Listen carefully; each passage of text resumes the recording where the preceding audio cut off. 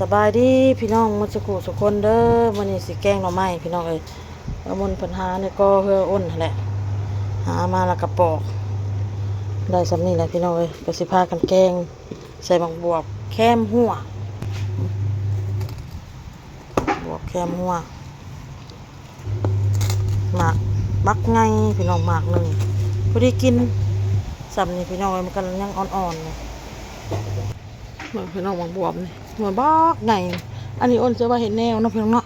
เบิ่งกำลังเป็นอยู่นี่ใต้ตัวนี้พี่น้องเหลืองเขานี่กำลังเป็นนี่2 หมากนี่ตัวนี้ก็ใต้เหลืองพี่น้องเลยพอได้เก็บกินอยู่พี่น้องบางพี่น้องลงทรายก่อนค่ะล้นน้ำวาวเห็ดน้ำวาวตกข้างแล้วก็เห็ดไม้เอาขวดกันเอากันเลยกอดอ้ายหนาวปะลูกหนาวเบิ่งพี่น้องบรรยากาศยามแรงๆเด้อพี่น้องเด้อหนาวลมพี่น้องเอ้ยอ้นกาบริขายของ2 มื้อแล้วเนาะบรรยากาศยามแรงอ้นก็ตัดก้อนไม้พวกพี่น้องแนมไปรถแจ้งจังปางเลยบัดนี้ค่ะนี่ยังลูกเอาโต๊ะอาบน้ำอาบในให้แล้วเรียบร้อยนี่ยังอยากให้อุ้มบ่ตุ๊ก่อนตุ๊บรรยากาศยามแรงๆลมหนาวพักมี4 ซ้อมกับฮดแล้วเรียบร้อยพี่น้อง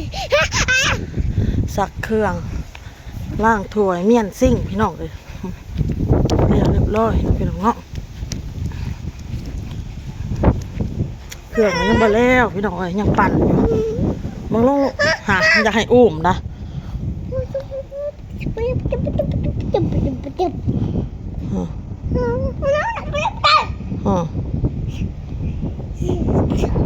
ก็สิมาแกงหน่อไม้น้อยเดียวพี่น้องหมักบวบมาพี่น้องแกงหน่อไม้ใส่บวบในกระน้ำยานางพี่น้องอ่อนยองแล้วเรียบร้อยนะพี่น้องเนาะอันนี้ก็ข้าวเบื่อพี่น้องน้องบอลเราตำ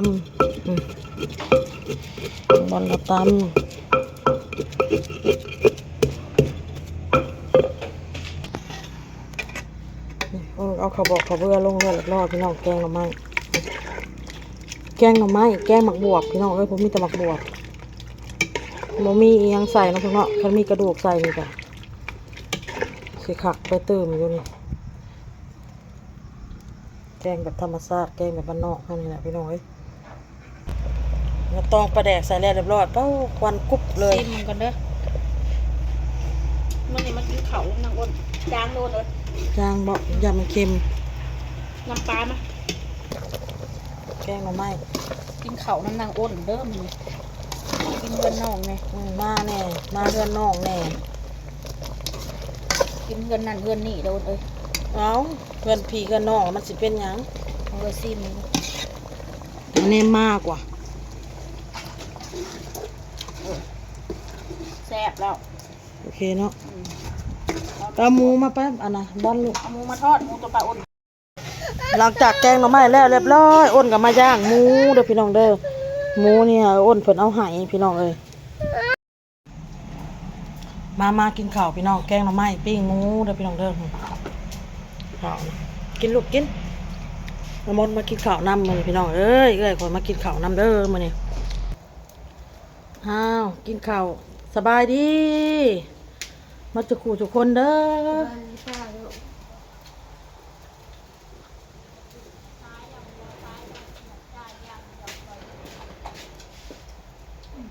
สบายดีพี่น้องมา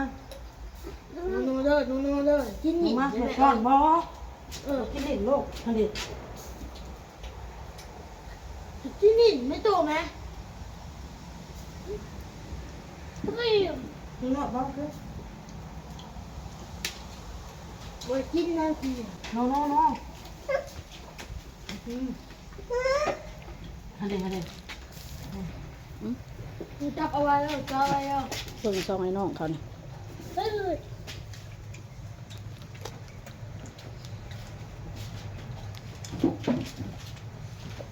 กินแกงไม่ได้ก่อน ฮะกินแกงหน่อไม้ เป็นเยอะ เอ้ยก่อนมากินข้าวน้ำเด้อพี่น้องเด้อ สบายดีเด้อพี่น้อง อืม อุ่นไงว่าไปกินข้าวเลื่อนน้อง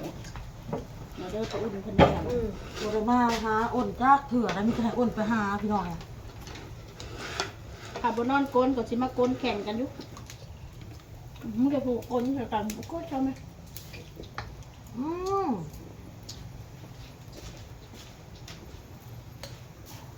ผัวเธอบ่มาบ่ม บ่เห็นโทรมานะปกตินี่เลิกเวียกแล้วสิโทรมา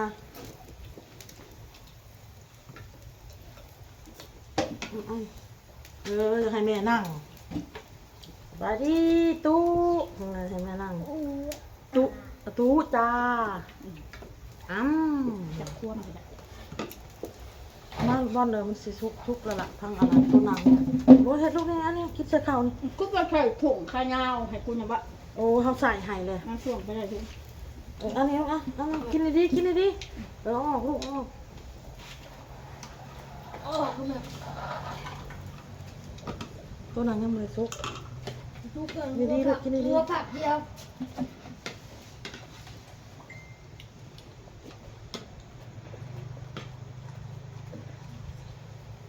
มันจับของเรือมันจับเลย มีบ่วงบ่ขังใช่ไหมครับ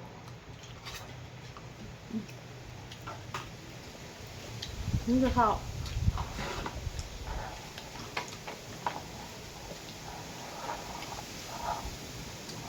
นี่นะ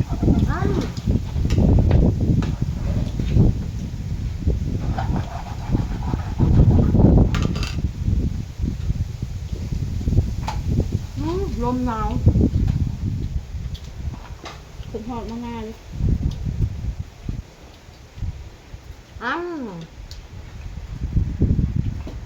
หอดลูกว่ะ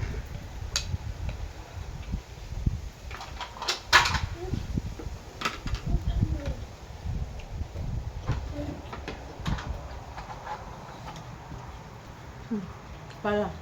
เคยละกินข้าวแล้วลุกไปแล้ว ออกมาไม่ต้องให้เขาไปป้อนมันมันไปจับเอา หลบมาตก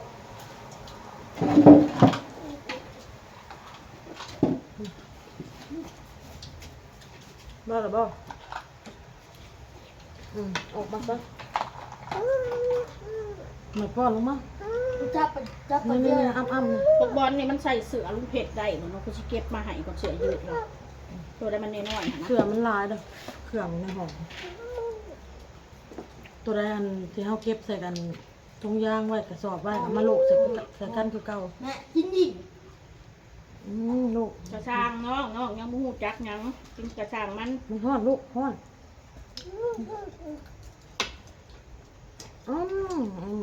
อยู่เข่าเลยแบบนี้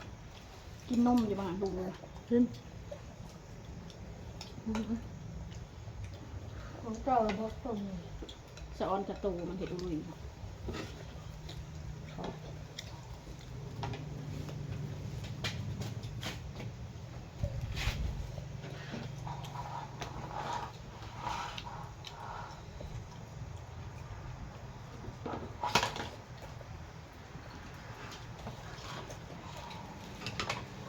แซ่บแกงหน่อไม้ยำแรงแบบแซ่บ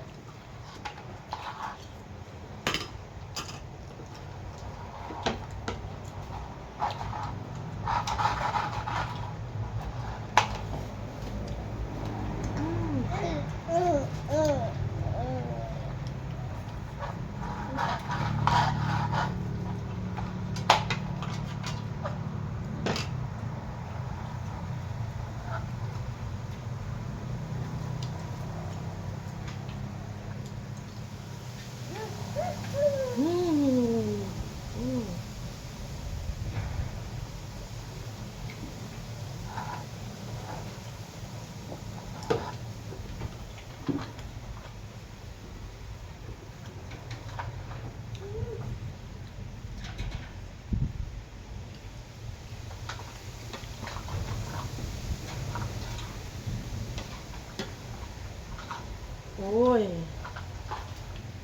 เอา พ่อก็เกลียดเลยเอาก็สงบแล้วได้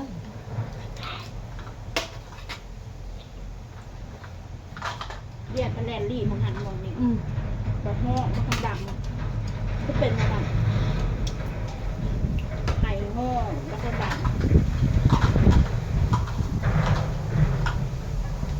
เล็กน้อยแต่ละคนคือคู่กันเนาะ หนึ่งแล้วนั่น ลูกผู้พันหายแบบห้องบันหมนเสน่ห์นะพบนะอันนี้เป็นไห่เป็นท่าโมงลี่ ปุ๊บไปหาอ้ายฉันเห็นฉันอ้ายอยู่อ้ายไปอยู่กับฮารี่ติ๊กโฮมเล่นไปติ๊กโฮมติ๊กนอน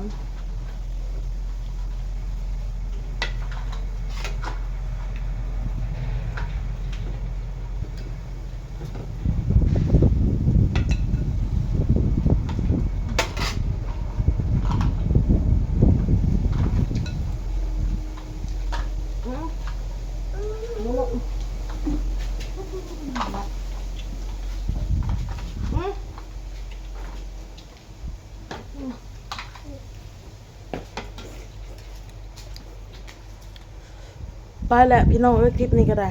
พ่อกับคลิปหน้าจ้าพี่น้องบ๊ายบายบายโต๊ะ